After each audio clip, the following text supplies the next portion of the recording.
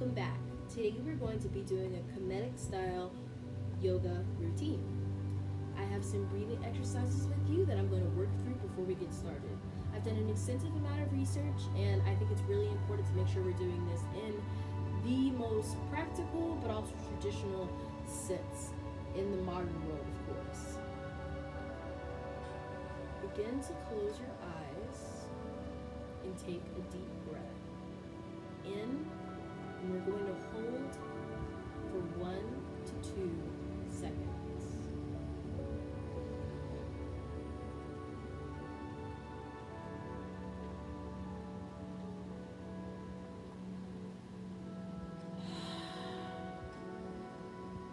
As you exhale, imagine the blood flowing through your tissues, your feet, your arms, and your legs.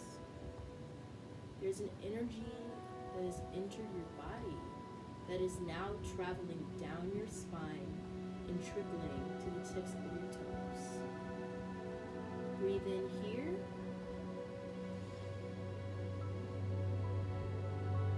Hold for 1, 2, exhale. We're going to do one last breath here, really energizing and breathing from our stomachs. Imagining the flow of energy from the spine, from the head chakra, down to the chest, down to the legs, knees, calves, toes. Breathe in here. Holding for 1, 2, big exhale here, go.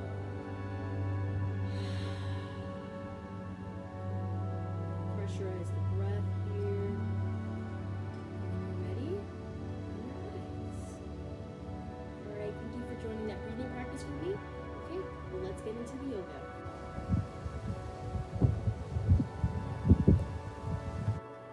I too have fallen victim of the thought that yoga not only did not originate in Africa, but that it has origin in Europe.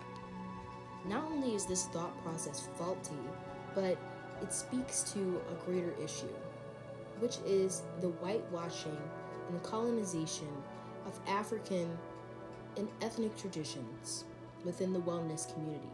Not only is there a lack thereof Black influence in this community on social media platforms like Instagram, TikTok, and YouTube, but there's also a great degree of miseducation when it comes to the historical background of traditional practices such as yoga.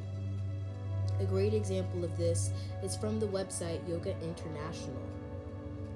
When we talk about Kemet style yoga, it's really important to come from a research-based standpoint.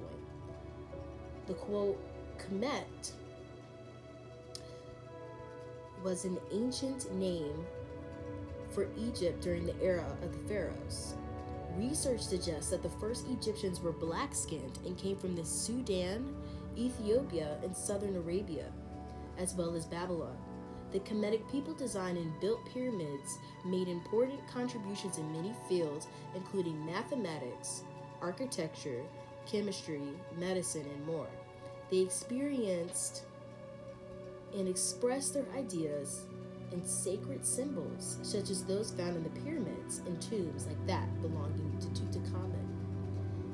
What's really important about the emphasis of the Egyptians here is that the poses reflected in the hieroglyphics and the historical drawings that we see left behind in remnants of these beautiful temples are actually being replicated in the Kemetic style yoga poses.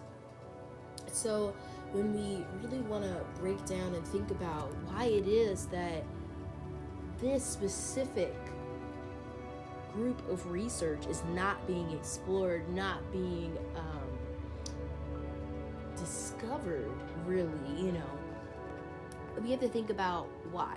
So usually when we think of yoga, if we don't think it has European origin, or if there's not a European face to the brand of wellness and yoga in general, we see an Indian influence. Now, as far as Indians creating yoga, that simply is not true. And it can actually be asserted that yoga not only began in Egypt, but many of the yoga poses and influences of routines and rituals found in India, dating back very, very far back in history, can actually be founded in Egypt first. The quote from Traveler: according to Yisr Rahotep, a world-renowned Kemetic yoga teacher, says that the people of ancient Kemet practice a unique style of yoga that predates the yoga of India. In his studies, he found that the practice and philosophy of yoga in India was informed by knowledge that came out of Africa. And he says here that the fact is, examples of Indian yoga can be found in ancient Egypt, but examples of ancient Kemetic yoga cannot be found in India. The conclusion one can draw from this is the yoga of Egypt is much older than that found in India. Now, of course, this is not to debilitate the validity of yoga in India, because obviously there's ethnic origin of yoga probably all across that region of the world.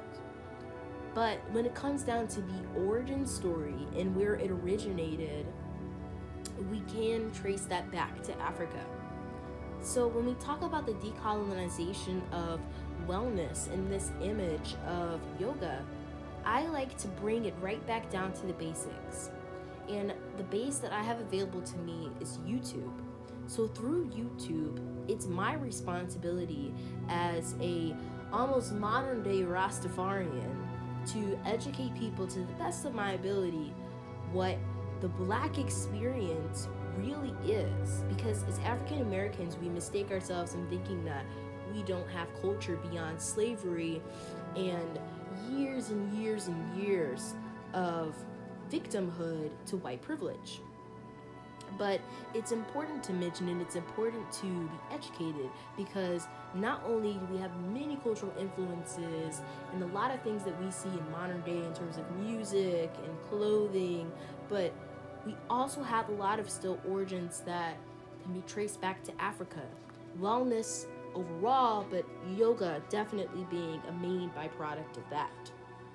So when we think about spreading the message through the platform of YouTube specifically, what I find really important is that it kind of explode this narrative that people like Yoga with Adrian or, Hitomi, or, all these people, that they can really be the only face of these very actual Black cultural practices.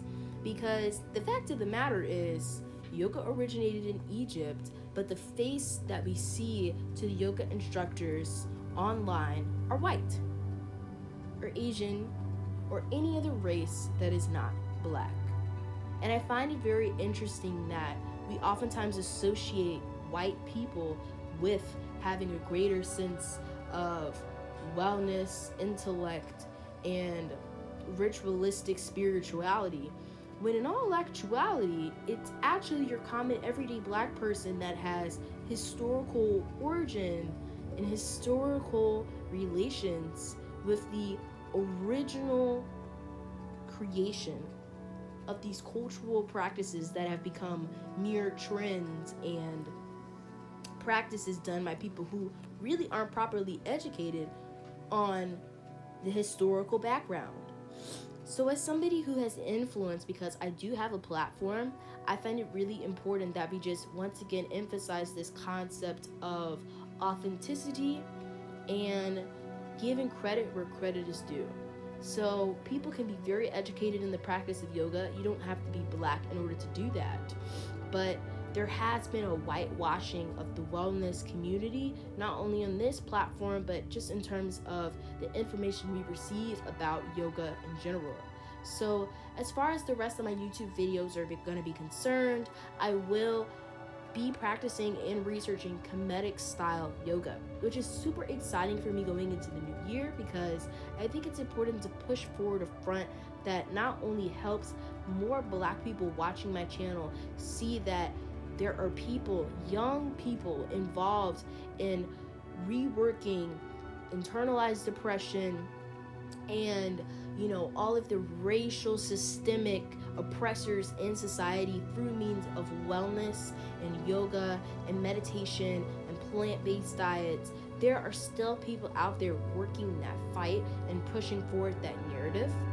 And even with small videos like this, it's really important to still be educational and to still offer a great amount of research for the people that are looking to really invest in that type of experience.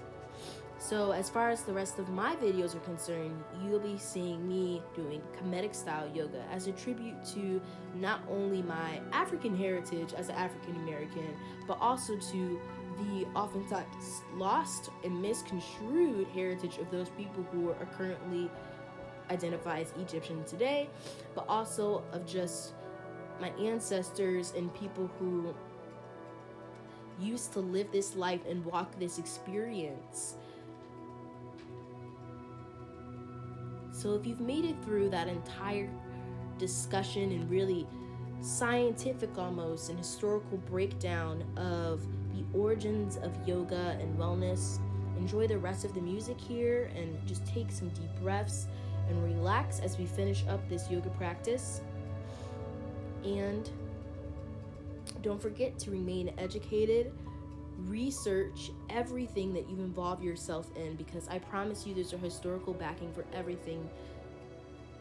And enjoy the rest of the practice. Thank you for listening and thank you for watching.